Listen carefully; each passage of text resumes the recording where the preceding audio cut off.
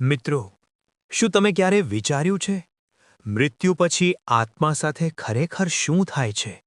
શું આત્મા ખરેખર 13 દિવસ સુધી પોતાના ઘરમાં રહે છે? શું તે પોતાના પરિવારને જોઈ શકે છે? શું તેને પોતાના કર્મોનો અહેસાસ થાય છે? આજની આ કથા માત્ર એક વાર્તા નથી, આ જીવન અને મૃત્યુ વચ્ચેનું સત્ય છે. આ કથા સ્વયં ધર્મરાજ યમરાજ દ્વારા દેવર્ષિ નારદને સંભળાવવામાં આવી હતી. અને આ કથાનો ઉલ્લેખ પ્રાચીન ગ્રંથ ગરુડ પુરાણમાં પણ થાય છે.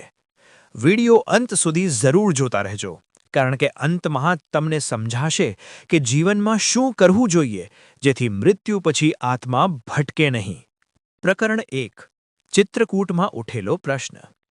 એક વખત વનવાસ દરમિયાન શ્રી રામ અને માતા સીતા ચિત્રકૂટમાં વિહાર કરી રહ્યા હતા. વાતાવરણ શાંત, પવિત્ર.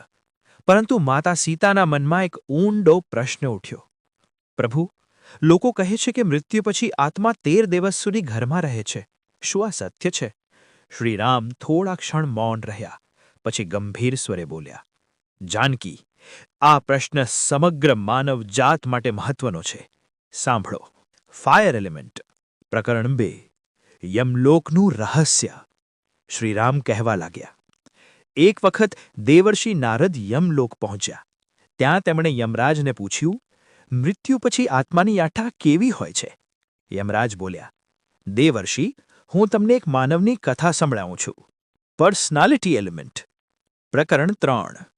વિવેક નામનો યુવાન. એક ગામમાં વિવેક નામનો ધાર્મિક યુવાન રહેતો હતો.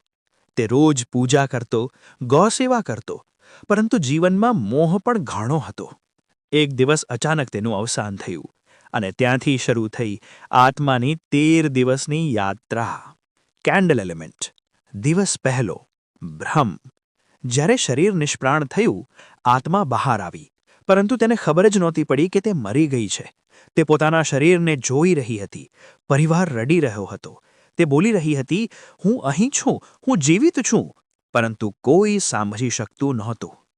આ પ્રથમ 24 કલાક સૌથી વધુ પીડાદાયક હોય છે. House element. દિવસ 2 અને 3. મોહ. આત્મા ઘરમાં ફરી રહી હતી. તે પોતાના બાળકોને જોઈ રહી હતી, પત્નીને રડતા જોઈ રહી હતી. તેને ભૂખનો અહેસાસ થતો હતો, પણ ખાઈ શકતી નહોતી. તેને સમજ પડવા લાગી કે હવે હું શરીર નથી. Justice element. દિવસ 4 થી 6. કર્મદર્શન. અચાનક આત્માની સામે તેના સમગ્ર જીવનનું ચિત્ર પ્રકટ થયું.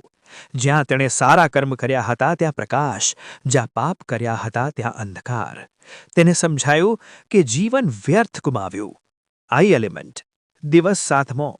યમદૂતનો આગમન. 7મા દિવસે 2 યમદૂત પ્રગટ થયા. તેમણે કહ્યું કે હવે તારે આગળ વધવું પડશે.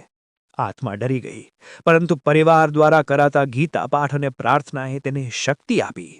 Ocean element. દિવસ 8 થી 10. વૈતરણી. આત્મા એક ભયંકર નદી પાસે પહોંચી. આ હતી વૈતરણી. પાપી માટે અગ્નિ અને લોહીથી ભરેલી, પુણ્ય આત્મા માટે શીતળ જલું. વિવેકે જીવનમાં ગૌ સેવા કરી હતી, તેથી ગાયનું પ્રકાશમય સ્વરૂપ પ્રગટ થયું અને તેને પાર કરાવી. મંત્ર એલિમેન્ટ. દિવસ 11 અને 12. પિતૃલોક. અહીં આત્માને પોતાના પૂર્વજ મળ્યા. તેમણે કહ્યું કે જીવન દરમિયાન કરેલા શ્રાદ્ધ અને તર્પણનું ફળ હવે તને મળી રહ્યું છે. Justice element. દિવસ 13મો. અંતિમ નિર્ણય. 13મા દિવસે આત્માને યમરાજ સમક્ષ લઈ જવાયો. યમરાજ બોલ્યા કે તારા કર્મ મિશ્રિત છે. તને પુનર્જન્મ મળશે, પણ આગળનો જન્મ તારા કર્મો મુજબ હશે. શ્રીરામનો ઉપદેશ. શ્રીરામે સીતાજીને કહ્યું, જાનકી, આ કારણે જ હિન્દુ ધર્મમાં 13 દિવસ સુધી કર્મકાંડ થાય છે. તે આત્માને મોહમાંથી મુક્ત કરવા માટે હોય છે. જીવનમાં સારા કર્મ, ભક્તિ અને દાન કરનારને મૃત્યુનો ભય નથી. નારદજીનો નિષ્કર્ષ. નારદજી બોલ્યા, ધર્મરાજ, હવે મને સમજાયું. મૃત્યુ અંત નથી, તે એક નવી શરૂઆત છે. અંતિમ સંદેશ.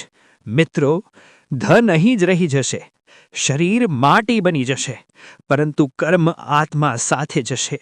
જો આપણે આજથી સત્ય, દયા, દાન અને ભક્તિનો માર્ગ અપનાવીએ તો મૃત્યુ પછી આત્મા ભટકશે નહીં. કોમેન્ટમાં જય શ્રી રામ જરૂર લખજો અને આવી જ આધ્યાત્મિક કથાઓ માટે અમારી ચેનલને અત્યારે જ સબસ્ક્રાઇબ